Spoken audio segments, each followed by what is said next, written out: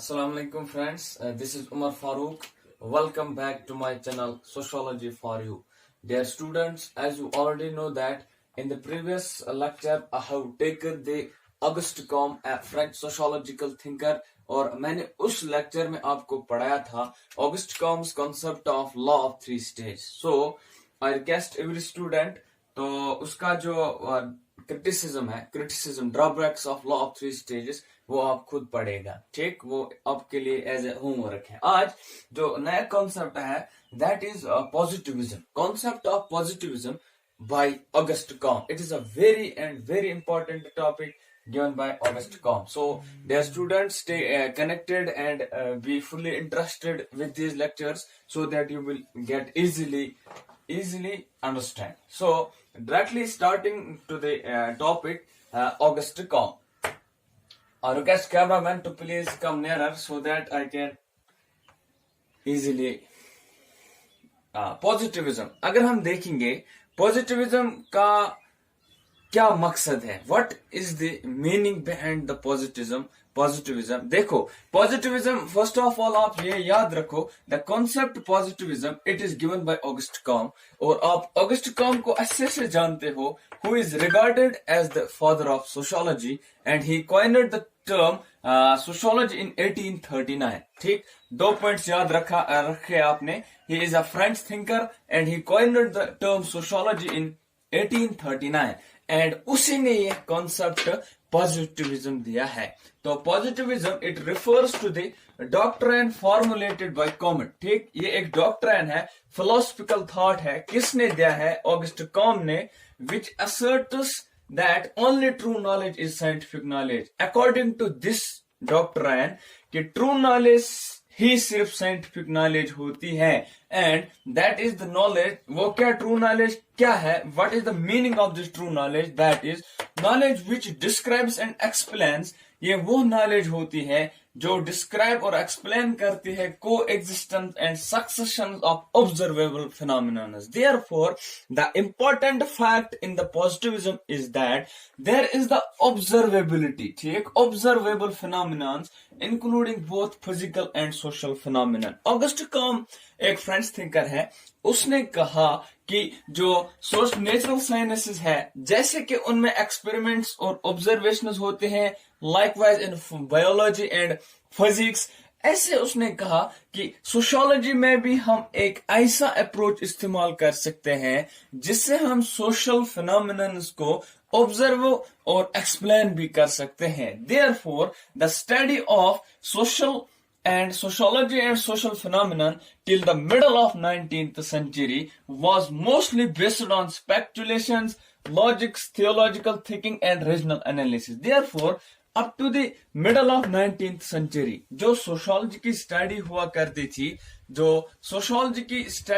करती थी that was only based on the belief system. उसके अगर कोई सोशल फिनोमेनन होता था, उसके पीछे कोई लॉजिकल बैकग्राउंड नहीं था. There was not a critical evaluation. That was not a scientific background behind the scene up to the middle of 19th century. मगर ऑगस्ट कॉम्ट जो था, he described, इसने इस मेथड को जिसमें स्पेकुलेशंस पर बिलीव किया जाता था, जिसमें थेसिज्म था, जिसमें जो भी कोई फिनोमेनन था विदाउट एनी हिस्टोरिकल बैकग्राउंड, तो ऑगस्ट कॉम्ट ने उन मेथड्स को इनएडुकेट एंड इनसफिशिएंट करार दिया. तो देयरफॉर यहाँ पे स्टार्ट हुई बेस कि जब ऑगस्ट कॉम्ट ने कहा कि these previous tools methods are insufficient for the study of society, there comes the concept of positivism in.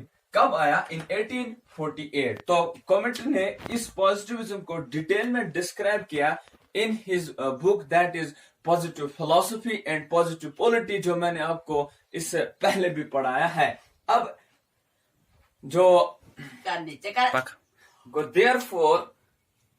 therefore जो पॉजिटिविज्म है, आपने पढ़ा कि comet in 1848 proposed this positive method. ठीक है. तो पॉजिटिव मेथड क्या कहता है? इट सिंपली स्टेटेड दैट कि हम social phenomenon, social changes, society में जो कोई भी फिनोमेनन होता है, हम उसको स्टैटिस्टिकली और एक्सपेरिमेंटली वेरीफाई कर सकते हैं. ठीक, और अब है aspects of positivism. I request cameraman to please come nearer.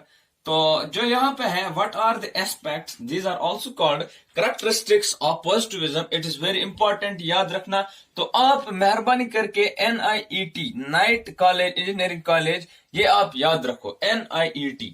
और N का मतलब, I का मतलब E का, सिर्फ 3 एस्पेक्ट्स है। T ऑफ ऐसे याद रखो सो दैट नाइट बने और आपको इजीली याद रखे। तो naturalism, N mean stands for naturalism, and I stands for inductivism, and E stands for empiricism. Therefore बेटा NIE आपको याद रखना है।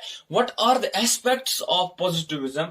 Naturalism influence of external environment. According to the first aspect, it stated that positivism जो philosophical thought है, it stated that social phenomenon जो होते हैं उनका सिर्फ external pressure होता है, internally हम उनको नहीं देख सकते हैं। Next is inductivism, supremacy of facts। ठीक, suppose अगर यहाँ पे है total number of जो members है 10 है, तो 9 ने वोट किया A को, 1 ने वोट किया B को, we will take 9 because supremacy, जहां पर ज्यादा हमें वोट मिलेगा हम उसी को स्टडी करते हैं। Next is empiricism.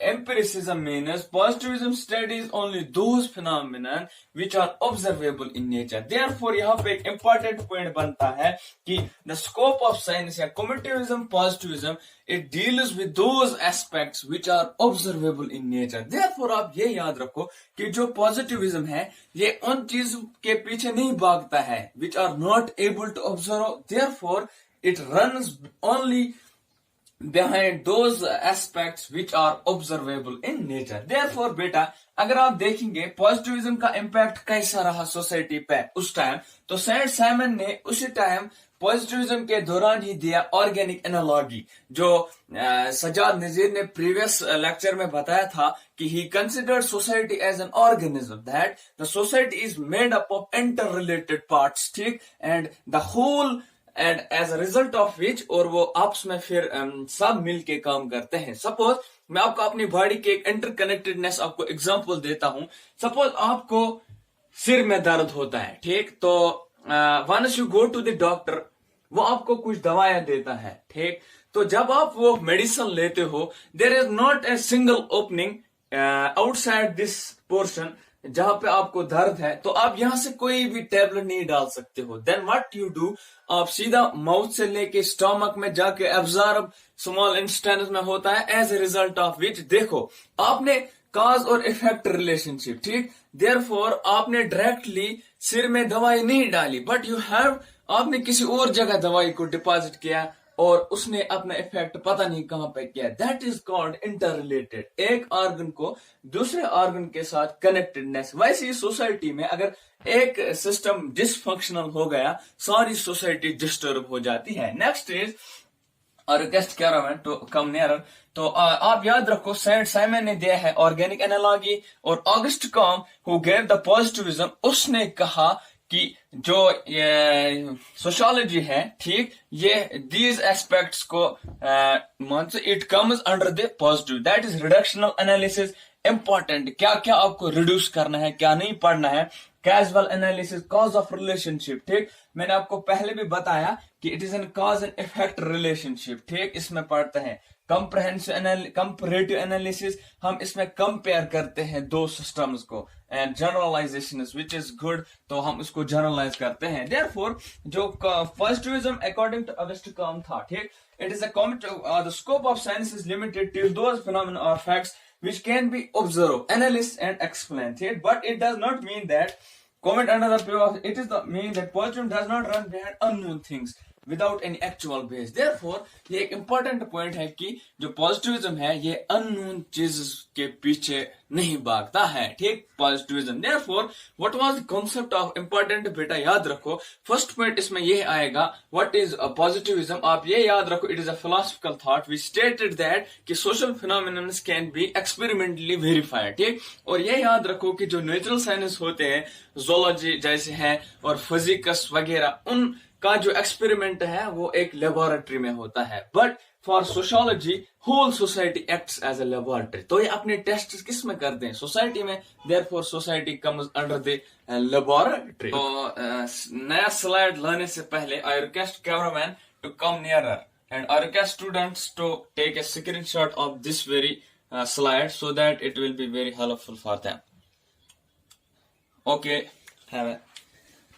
तो dear students, मैंने आपको कहा था कि जो positivism by Auguste Comte, इसमें जो भी हम बिलीफ सिस्टम स्पेक्युलेशन, ठीक, वो यहाँ पे रिजेक्ट होते थे, और इसमें जो कंसेप्ट था दैट वाज एम्पिरिसिज्म, और हम सोशल फिनोमिनन्स को बाय एक्सपेरिमेंटली क्वालिटेटिव और क्वांटिटेटिव, ठीक, तो क्वांटिफाइबली हम उनको वेरीफाई कर सकते हैं। तो अगर हम देखेंगे आप, और एक जो मैंने इससे पहले आपको बताया था NIET, I request cameraman to please come nearer.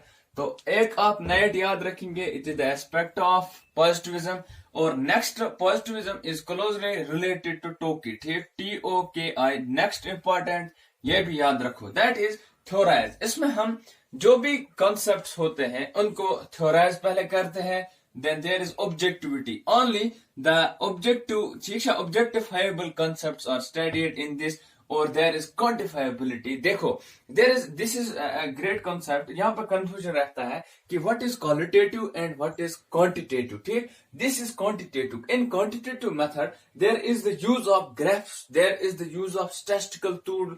क्योंकि देखो, मैं आपको एक बात बताऊंगा, अगर आप कोई इतना सा पेज लेकर लिखोगे तो आपको बोलेंगे जरा ये पढ़ो, और वहां से आपको नेक्स्ट पेज देंगे, उसमें एक ग्राफ दिया होगा simultaneously, but as a result of which आपका जो ग्राफ पोर्शन होगा आप क्विकली उसको अंडरस्टैंड कर सकते हो। तो यहाँ पे क्वांटिफाइबिलिटी ऑफ द फैक्ट्स होता है, and next is inter subject reliability. I request cameraman to come nearer. तो जो यहाँ पे ये है इंटर सब्जेक्ट रियलेबिलिटी, तो मैं स्टूडेंट से रिक्वेस्ट करता हूं कि ये आप याद रखो, ठीक। What is difference between intra and what is inter-subject reliability? Intra means within the subject, therefore the scope is very small यहाँ पे, मगर this inter-subject which means between different subjects के दरमियान reliability होती है, therefore आप positivism is closely related to TOKI, याद रखो, T for theorize, O for objectivity, quantifiability, and I for inter-subject reliability. Therefore, ये हमने पढ़ा आज what is the concept of positivism given by Auguste Comte. It is a very important topic, students. मैं आपको याद अभी भी बोलता हूँ कि बेटा आप इसको याद रखो। आपको क्वेश्चन इसमें ऐसे आ सकता है, who has given the concept of positivism? August Comte. और नेक्स्ट आपको आ सकता है, इन पॉजिटिविज्म क्या स्टैटिस्टिकल टूल्स का इस्तेमाल किया जाता है? यस। अगर वहां पे आएगा, क्या it is normative in character? No, it rejects the speculations, belief system, ये उन पर बिलीव नहीं करता है, और ये कहता है कि social phenomena can be studied as natural science, they study that.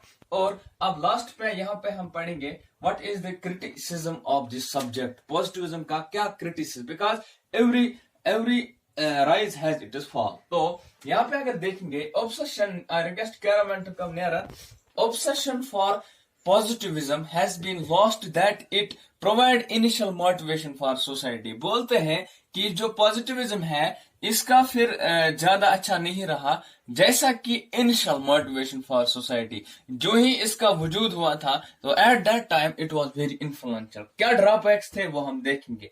जो इंटरप्रेटिव स्कूल है, स्कूल ऑफ थॉट जो है, उसमें आता है मैक्स वेबर और डाइची। उन्होंने कहा कि it is not possible to study the human behaviour using methods of natural science. इन्होंने कहा जैसे कि नेचुरल साइंस में मेथड्स अगर हम उनको इस्तेमाल करके सोशियोलॉजी में लगाएंगे, then it is not able to study the human behaviour. So this was the first critique. Next criticism, sociology should be concerned with SUOR, subjective understanding, objective reliability. ठीक, therefore objective रियलेबिलिटी के साथ साथ हम subjective phenomenons को भी पढ़ते हैं। जो पॉजिटिविज्म ने कहा कि यहाँ पे सब्जेक्टिव को क्रिटिसाइज किया जाता है, और पोस्ट मॉडर्निस्ट उसमें आता है डेरिडा एंड फौकॉल्ट आता है, उसने कहा reality can be studied in many ways. ठीक, रियलिटी को हम स्टडी बहुत सारे वे से कर सकते हैं, इन्होंने कहा बाय सिस्टमैटिक मेथड। और इंटरेक्शनलिस्ट इसमें आता है हर्बर्ट मीड और C.H. कूले। आप इन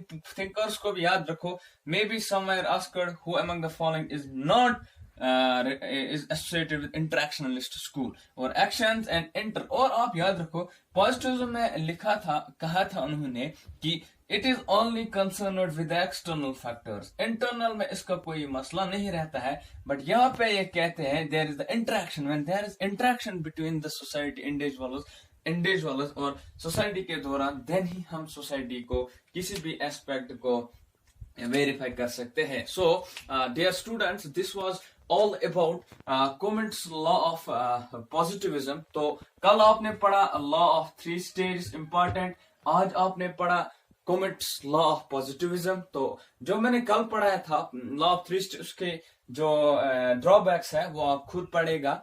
और नेक्स्ट जो है आज मैंने पढ़ा है positivism, it is very helpful, तो आप इसको भी याद रखेंगे। और इंशाल्लाह कल जो हमारा टॉपिक रहेगा that will be social statics and social dynamics, और इंशाल्लाह I will try to cover that is hierarchy of sciences. So कल इसका हम खत्म करेंगे परहैप्स। इंशाल्लाह stay connected with us, hope in future you will get the best. और support कीजिएगा और हमारी चैनल को लाइक शेयर एंड सब्सक्राइब।